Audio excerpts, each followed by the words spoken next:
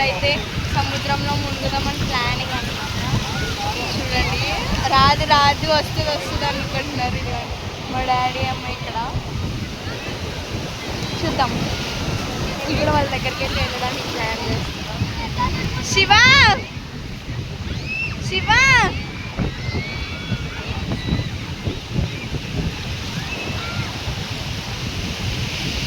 అసలు ఇంకా పడిపోతున్నారు. అదిగండి అయితే మా డాడీ డాడీ డాడీ డాడా